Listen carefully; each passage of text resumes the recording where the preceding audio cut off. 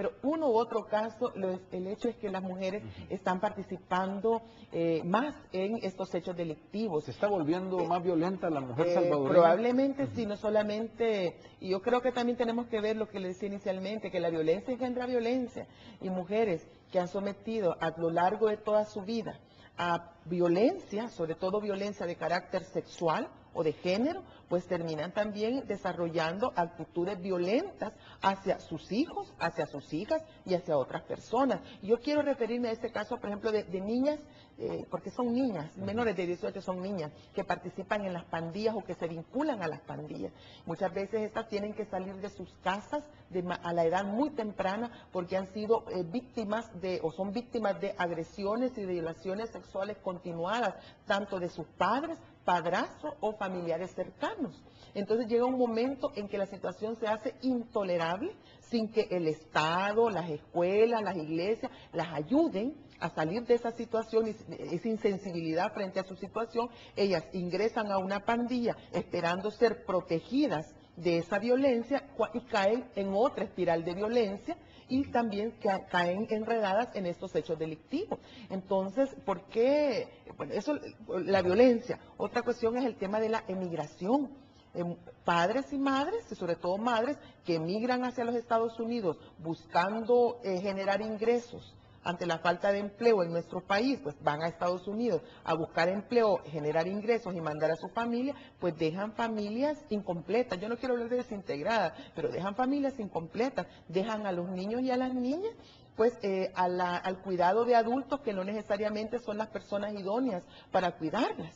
Y lo mismo, el Estado está ausente frente a esa necesidad. Y estos niños y niñas también son susceptibles no solo de que se ejerza sobre ellos violencia, sino que también de que se integren a estos grupos y finalmente pues también terminan siendo victimarios, no solamente víctimas. Cuando tenemos todos estos datos, uno entonces piensa en el plan de seguridad, piensa en las ideas de cómo combatir la violencia, la delincuencia, pero parece que esto está, si bien es cierto, a la base está muy lejos. Entonces, ¿qué estamos evaluando para poder tomar en cuenta esta situación y combatir la violencia? Es decir, ¿lo estamos tomando en serio esto? ¿Estamos solo queriendo apagar el fuego inmediato de la lectura de la violencia? Bueno, yo confío mucho, digamos, en la voluntad que tiene el presidente Funes y el Gabinete de Seguridad de definir una política de seguridad ciudadana para nuestro país, de seguridad pública para nuestro país, que considere causas estructurales, no solamente que vea las causas, lo coyuntural, sino que las causas estructurales, y que considere también una perspectiva de género, digamos, la condición, la situación específica de las mujeres, tanto como víctimas de la violencia, como participando en los hechos delictivos. Y en parte de eso es que nosotros le entregamos en ISDEMU al presidente de la República el pasado 25 de noviembre, en ocasión del Día Mundial y Nacional contra la Violencia hacia las Mujeres, el primer informe nacional sobre la situación de las mujeres, de la situación de violencia contra las mujeres en el país. Él recibió este informe, por primera vez un presidente en nuestro país tomó en serio el tema de la violencia hacia las mujeres y se comprometió a incluir los temas y las recomendaciones de este informe en el diseño de las políticas.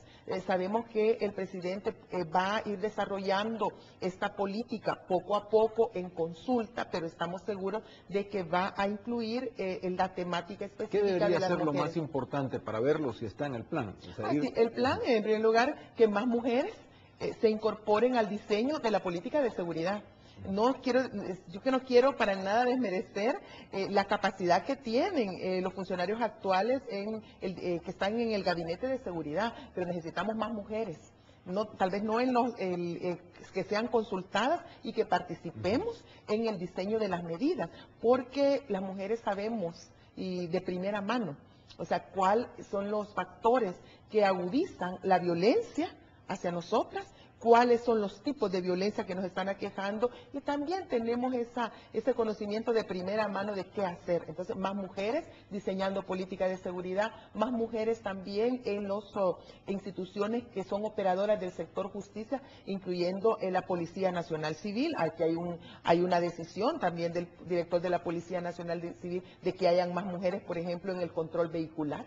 mujeres también en el control de tránsito, mujeres también en la investigación de asesinatos de mujeres. Yo creo que lo mismo tiene que pasar con la fiscalía, con los jueces, con las juezas, o sea, que tengan primero más mujeres y tener en cuenta la perspectiva de las mujeres, y en segundo lugar ver que hay causas que no solamente es coyuntural, sino que hay estructurales. Su pensamiento para salir de esta crisis de violencia, ¿cuál es la tesis más fuerte para erradicar esto? Enfrentar las causas. Es en la familia, es en estos casos. Sí, tener la valentía y el coraje en este momento de poder identificar cuáles son las causas estructurales de la violencia, de todo tipo de violencia, y a mí lo que me preocupa particularmente, las causas de la violencia contra las mujeres, porque esto no es una cuestión solo, no tiene que ver con el narcotráfico, no tiene que ver solo con las pandillas, estos son elementos que detonan y que hacen que se incrementen los casos de violencia y de asesinatos contra mujeres. En la base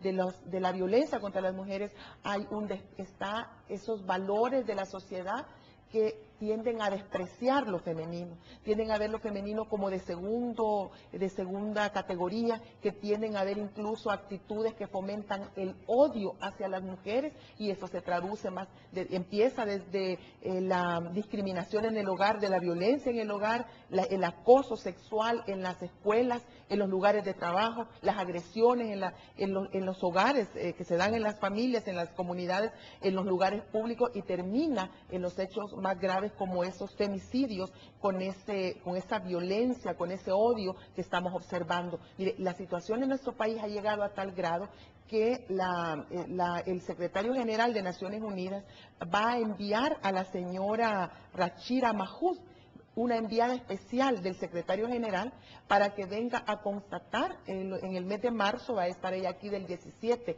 al 19 de marzo, va a venir a constatar la situación de violencia contra las mujeres en El Salvador, y a tratar de identificar cuáles son los factores que están incidiendo en este incremento desproporcional en la violencia hacia las mujeres. ¿Usted tendría algunas medidas? ¿Tiene algunas ideas de cómo empezar a influenciar eso? A transformarlo? ¿Hay algo que deberíamos de cambiar inmediatamente? Sí, todo el tema de los estereotipos que tenemos, pero eso se hace tiene que empezar a trabajar con la cultura, con el lenguaje que utilizamos, la imagen de la mujer que promovemos, los derechos, la idea de que hay hombres y mujeres somos iguales, que tenemos los mismos derechos, que si bien somos diferentes, pero que tenemos los mismos derechos, y que las mujeres no vale la violencia. O sea, contra las mujeres no hay ninguna forma de violencia que sea tolerable. Yo creo que desde la sociedad, desde las altas autoridades, pero también desde las familias, desde las escuelas, de las iglesias, que poner tolerancia penas cero. más duras contra la violación, por ejemplo, sí. O contra los padres irresponsables, contra los que violan menores. ¿Algo de eso puede ayudar? Tiene que haber también castigos ejemplarizantes. Tienen que haber casos que la sociedad los conozca, delitos que por ejemplo, funcionarios públicos que acosen, de alto nivel, que acosen sexualmente en los lugares de trabajo, valiéndose de su posición y de su poder, que acosen sexualmente a empleadas, tienen que ser primero desenmascarados, es decir, públicamente, y tienen que ser destituidos. Eso, por ejemplo, empezaría a dar las señales más visibles, más palpables de que tenemos voluntad, no como Estado, no como gobierno, sino que como sociedad, de que vamos a ser intolerables contra cualquier forma de violencia hacia las mujeres. Castigos más duros también para los violadores, que no se concilie, por ejemplo, la violencia intrafamiliar.